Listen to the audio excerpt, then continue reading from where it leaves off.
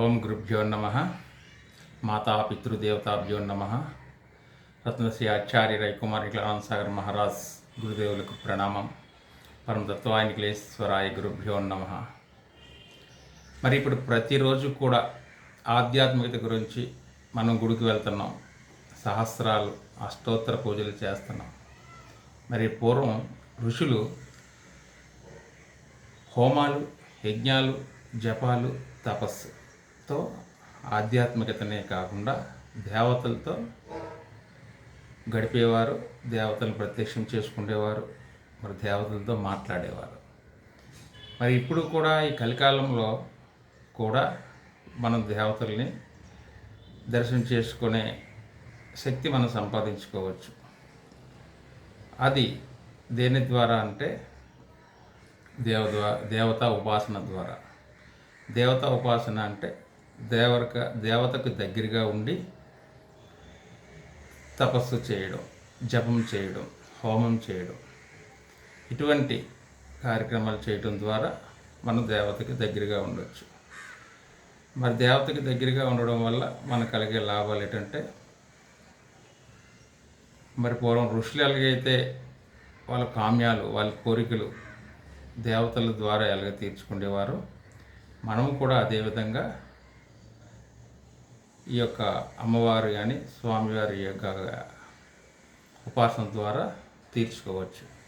మరి ఉపాసన ఏ రకంగా చేయాలి? గురువు ద్వారా మంత్రం తీసుకొని మనం ఉపాసన చేయాలి. మరి గురువు ద్వారా మంత్రం తీసుకున్న చాలామంది ఈరోజు ఒక గురువు దగ్గర ఉంటే రేపు ఇంకో గురువు దగ్గర ఉంటారు. అలా కాకుండా మనం ఎవరినైతే గురువు దగ్గర అయితే మంత్రం తీసుకున్నామో అదే గురువు దగ్గర గురువుతోనే చివరి వరకు పయనం చేయాలి. ఒకవేళ మనకి ఏదైనా ఇంకా కొత్త విద్య నేర్చుకోవాలనుకుంటే అదే విద్యని మళ్ళీ మనం అదే గురువుని అడగాలి. ఒకవేళ ఆ గురువు గారు అతని దగ్గర ఆ విద్య లేకపోతే మళ్ళీ మనకి ఇంకో గురువు గారి దగ్గరికి పంపించడం జరుగుతుంది. ఏ గురువైనా అదే చేస్తారు. మనం స్కూల్ నుంచి హై స్కూల్ నుంచి కాలేజ్కి ఎలాగైతే వెళ్తామో అలాగే గురువులు కూడా తమ దగ్గర ఉన్న విద్యనంటూ చెబుతూ ఇంకా మనకు కొత్తగా కావాల్సిన విద్యలు ఏమైనా ఉంటే ఇంకా పైన ఎవరైనా గురువులు ఉంటే వారే పంపిస్తారు. వారి ఆజ్ఞతోటే వెళ్ళాలి. గురువు ఆజ్ఞే మనకి శిరస వహించాలి మనం. అదేవిధంగా మరి గురువు దగ్గర మంత్రం తీసుకొని మనం ఏం చేయాలి? మరి రామకృష్ణ పరమహంస గారు ఉన్నారు. వారి గురువు గారికి కాళీమాత దర్శనం దొరకలే, కానీ రామకృష్ణ పరమహంస గారు కాళీమాత దర్శనం చేసుకున్నారు. అంటే గురువు ఇచ్చిన మంత్రాన్ని అతను ఎంత గట్టిగా పట్టుకొని తపస్సు చేశారో మనకు రామకృష్ణ పరమహంస ద్వారా తెలుస్తుంది.